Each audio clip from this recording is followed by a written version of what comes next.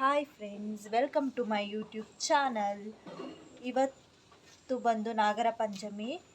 ಎಲ್ಲರಿಗೂ ನಾಗರ ಪಂಚಮಿ ಹಬ್ಬದ ಆರ್ಥಿಕ ಶುಭಾಶಯಗಳು.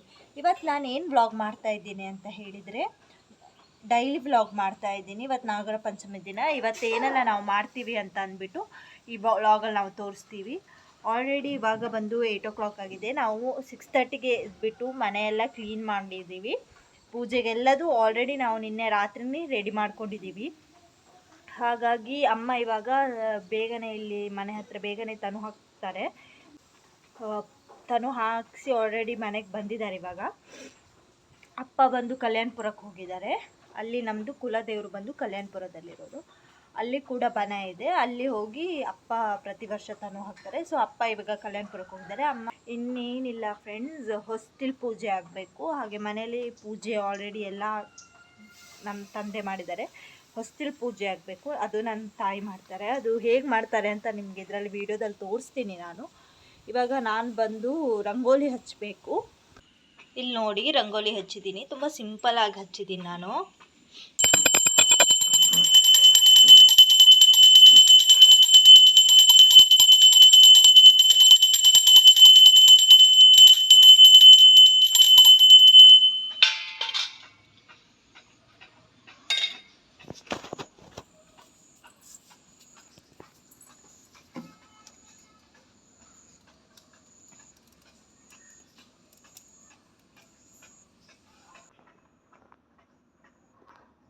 ಮನೆಯ ಮುಖ್ಯ ದ್ವಾರದಲ್ಲಿ, ಮನೆಯ ದೇವರ ಕೊನೆಯಲ್ಲಿ ಹೊಸ್ತಿಲನ್ನು ಇಟ್ಟುಕೊಂಡಿರುತ್ತೇವೆ.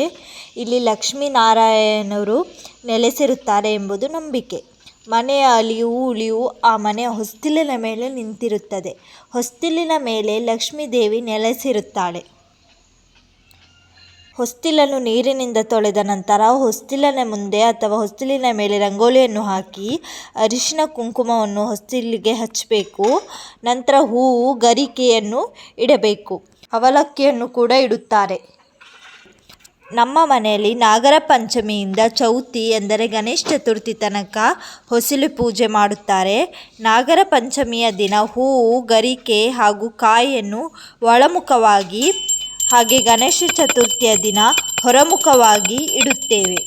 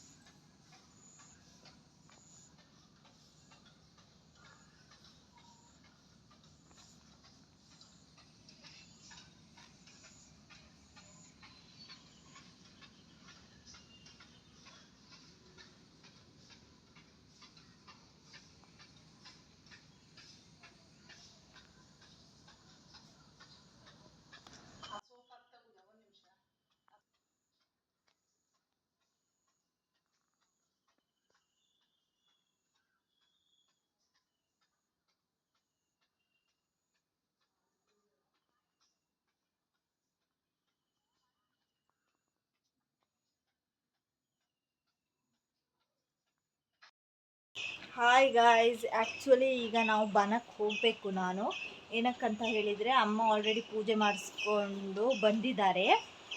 ಆದರೆ ನಾನು ಬನಕ್ಕೆ ಹೋಗಿ ಕೈ ಮುಗಿದು ಬಂದಿಲ್ಲ. ಆದರೆ ಏನಂತ ಹೇಳಿದರೆ, ಜೋರಾಗಿ ಮಳೆ ಬರ್ತಾ ಇದೆ. ಜೋರಂದರೆ ಜೋರು ಮಳೆ ಗಾಯ್ಸ್.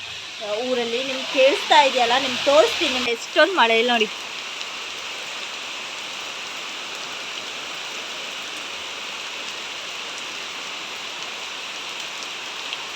ಇವಾಗ ನಾನು ಬನಕ್ಕೆ ಹೊರಟಿದ್ದೀನಿ. ಮಳೆ ಇನ್ನೂ ಸ್ಟಾಪೇ ಆಗಿಲ್ಲ. ಆದರೆ ಮಳೆ ಬಿಡಲಿ ಅಂತ ಕಾಯ್ತಾ ಇದ್ರೆ ಮಳೆ ಬಿಡೋದೇ ಇಲ್ಲ. ಹಾಗಾಗಿ ನಾನು ಹೋಗ್ತಾ ಇದ್ದೀನಿ.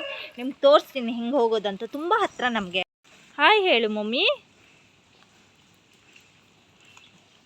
ಹಾಯ್ ಹೇಳು ಮಮ್ಮಿ. ಬ್ಲಾಗರ್ಸ್, ನಿಮಗೆ ಸಬ್ಸ್ಕ್ರೈಬರ್ಸ್ ಜಾಸ್ತಿ. ಸೊ ಇಲ್ಲಿ ನಮ್ಮನೆ, ಓಕೆ. ಇಲ್ಲಿಂದ ನಾವು ಹೋಗೋದು ಕಾಂಪೌಂಡ್ ಹತ್ಕೊಂಡು ಹೋಗ್ತಾ ಇದ್ದೀನಿ ನೋಡಿ.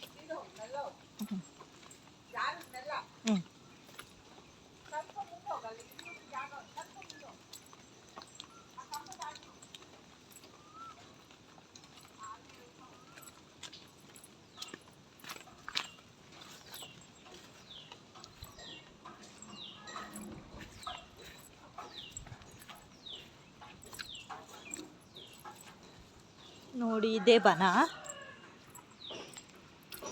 ಆಲ್ರೆಡಿ ಹಣ್ಣು ಕೈಯೆಲ್ಲ ಇಟ್ಟಿದ್ದಾರೆ.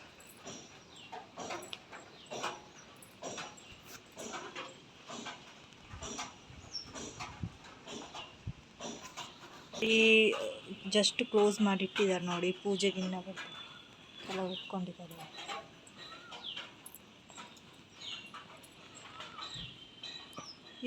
ಈ ವ್ಯೂ ನೋಡಿ ಎಷ್ಟೊಂದು ಚೆನ್ನಾಗಿದೆ ಅಲ್ವಾ.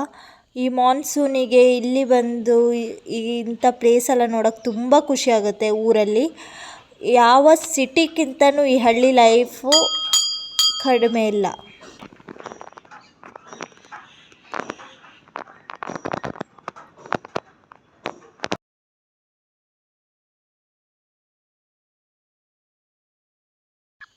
ಇದು ಅರಿಶಿನ ಎಲೆ ಕಡುಬು, ಇದಕ್ಕೆ ನಾವು ಪನ್ಪತ್ಲೆ ಅಂತ ಹೇಳ್ತೀವಿ ನಮ್ಮ ಮನೇಲಿ.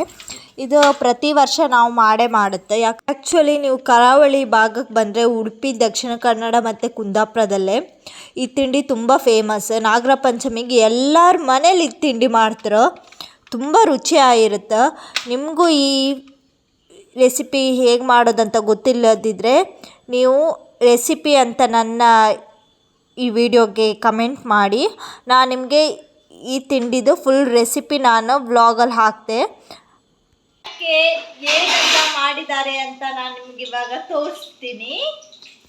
ಬಾಯ್ಲ್ಡ್ ರೈಸ್, ಹರಿವೆ ಸೊಪ್ಪು ಪಲ್ಯ, ಸುವರ್ಣ ಮತ್ತು ಬಟಾಣಿ ಸಾಂಬಾರು, ಕ್ಯಾಪ್ಸಿಕಮ್ ಬಜ್ಜಿ. ನಿಮಗೆ ಈ ವಿಡಿಯೋ ಇಷ್ಟ ಆಗುತ್ತೆ ಅಂತ ಅಂದ್ಕೊತೀನಿ. ನಿಮಗೆ ಈ ವಿಡಿಯೋ ಇಷ್ಟ ಆದರೆ ನಮ್ಮ ವಿಡಿಯೋನ ಲೈಕ್ ಮಾಡಿ, ಶೇರ್ ಮಾಡಿ, ಕಮೆಂಟ್ ಮಾಡಿ. ಚಾನಲ್ನ ಫಸ್ಟ್ ಟೈಮ್ ನೋಡ್ತಾ ಇರೋದಾದರೆ ತಪ್ಪದೆ ನಮ್ಮ ಚಾನಲ್ನ ಸಬ್ಸ್ಕ್ರೈಬ್ ಮಾಡಿ, ಹಾಗೆ ಪಕ್ಕದಲ್ಲಿರುವ ಬೆಲ್ ಐಕನ್ನ ಕ್ಲಿಕ್ ಮಾಡಿ. ಬಾಯ್ ಬಾಯ್. ನೆಕ್ಸ್ಟ್ ವಿಡಿಯೋದಲ್ಲಿ ಸಿಗ್ತೀನಿ.